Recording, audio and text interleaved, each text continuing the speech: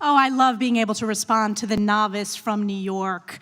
First of all, thank you so much for stating the obvious that political lawfare is in fact election interference. That's what we're seeing with the sham Alvin Bragg trial. Thank you also to the novice freshman member for New York, highlighting that withholding military aid to an ally for a political purpose, just like Joe Biden is doing to Israel. Always grateful for you stepping in it. Mr. Costello, in your opening statement, you said that in the over 50 years serving as a lawyer, you, quote, have never seen the types of politically motivated cases that have been brought in this presidential election season.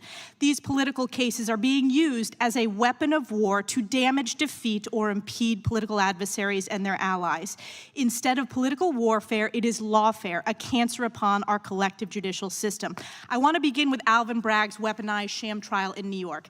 Isn't it true that in Alvin Bragg's campaign for Manhattan DA, Bragg specifically ran on going after President Donald Trump? That is true. Isn't it true that Bragg's predecessor, Cy Vance, declined to prosecute President Trump? That is true. And the FEC also did not prosecute President Trump. That is true. And the DOJ did not prosecute President Trump in this case. The DOJ referring to the U.S. Attorney for the Southern District? Correct. Absolutely true. And one of the reasons the Southern District of New York turned down this case was because the supposed star witness, according to Alvin Bragg, Michael Cohen, was totally, quote, unworthy of belief. Isn't that true? Without a doubt. This is the same Michael Cohen who pled guilty to 7 counts in an indictment that had absolutely nothing to do with President Trump and actually predated the first time he met President Trump, correct? Absolutely true. And in fact, this is the same Michael Cohen who perjured himself to Congress. Isn't that true? Yes. In fact, when called as a witness in this sham trial, Cohen was asked directly if he was honest during his testimony to Congress. He said no, admitting perjury. But it's not just Bragg's case that is a total sham and illegal political lawfare going after Joe Biden's top political opponent, Donald Trump. This rot goes deep all the way up to the top in the Oval Office. Because when Congress referred this admission of Cohen's perjury to Joe Biden's DOJ, isn't it true that the DOJ has refused to prosecute? That is true.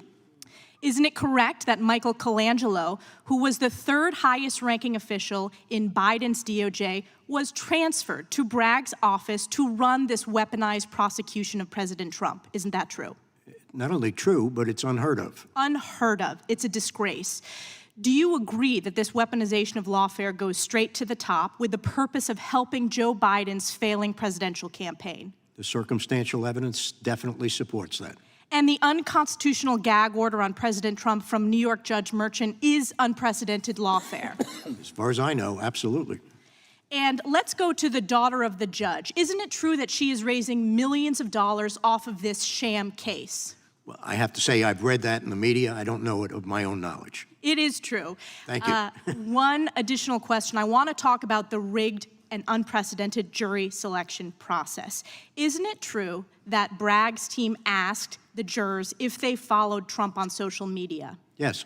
And isn't it true that they did not ask any of the potential jurors if they followed Biden on social media? Or Michael Cohen. Or Michael Yes. Cohen. Yeah. And isn't it true that 87% of the jurors said they voted for Joe Biden?